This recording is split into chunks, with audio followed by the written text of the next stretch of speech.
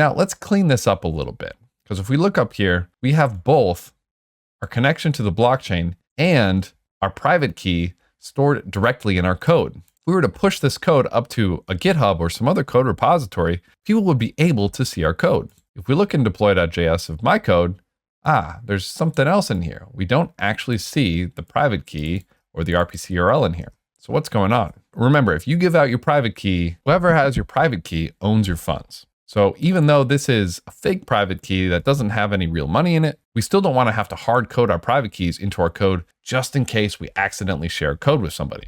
So what can we do? Well, one of the most popular methods is actually creating something called a .env file or an environment variable. And if you're familiar with environment variables, you can actually set them right in your terminal, but we're going to set them in our .env.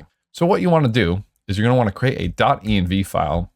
And this is going to be a file where you store sensitive information. And this is going to be a file, we're never going to share this with anybody. This .env file will stick variables of our choosing into the environment of our code. So for example, if I pull up my terminal here and I do echo cat, this is going to reflect what the cat environment variable is for us. Right now, there is no cat environment variable.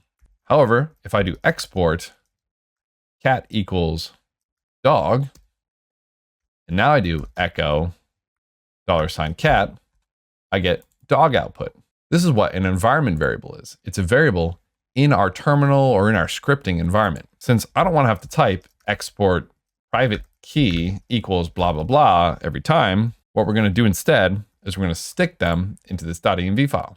So in this .env, we can put private key equals, and we can grab this private key from our script and paste it in like this. And a note, some tools look for the 0x at the beginning of the private key. Ethers and Hardhat is smart enough that either one works, but if you run into some issues, just know that sometimes you might have to put your 0x at the front of this. Well, great. So now we have a private key in an environment variable. What do we do now? Well, in our deploy.js, we want to grab this environment variable and stick it into our script here so that our script can then stick it into our environment. So we're going to add a tool called .env to make this easier. So we're going to do yarn add .env. And if we look at the .env package, we can read more about it. We can read about how to add it with npm. Again, we're just using yarn add. But then we can just call this require.env.config, and this will pull in all our environment variables. So we can just do require.env.config. We should see this on our package.json. We do. Excellent. Now that we pulled it in, we actually get access to our private key environment variable. You can access environment variables in JavaScript by using process.env. So instead of putting our private key here, we're going to delete that whole thing and substitute it with process.env.private key. And we'll save and it'll reformat for us. To make sure this is actually working, we can just hit up after we save, up a bunch, and go back to node deploy.js. And we see we get the exact same setup. And if we scroll back, we can see a transaction has indeed gone through. If you want to double check that this is actually printing out your private key, we could do console.log process.env.private key, rerun. We see that that is indeed the private key coming from our environment variable here. Awesome.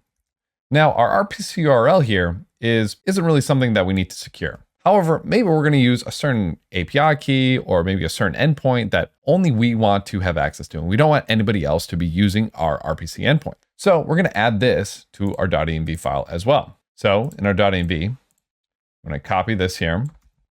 I'm going to say RPC URL equals, I'm going to paste that in there just like that.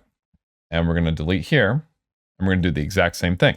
Say process.env.rpc URL. And now we're going to run this again, and I'm going to take out that console.log, and we should get the exact same response because all we did was swap out our RPC URL with our environment variable, which is going to be exactly what it was before.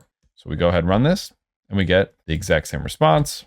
And if we go to Ganache, we see that we do indeed get a transaction here, which is perfect.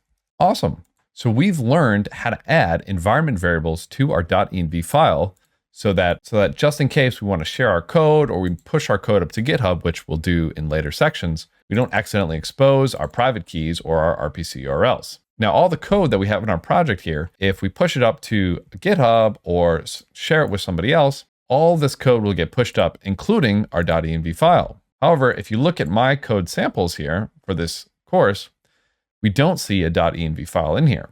So how is that possible? Well, what we want to do whenever we have a project is create a .git ignore file. And in here, we want to put .env, and we also want to put in node modules. This means that when working with Git and working with version control, which we're going to do a little bit later, we won't push our .env file up to GitHub, and we also won't push up node modules. So if we go back to my example here, we don't see a .env file, but we do see a .env.example just to show you what one would look like. So it doesn't really matter that I have them in here.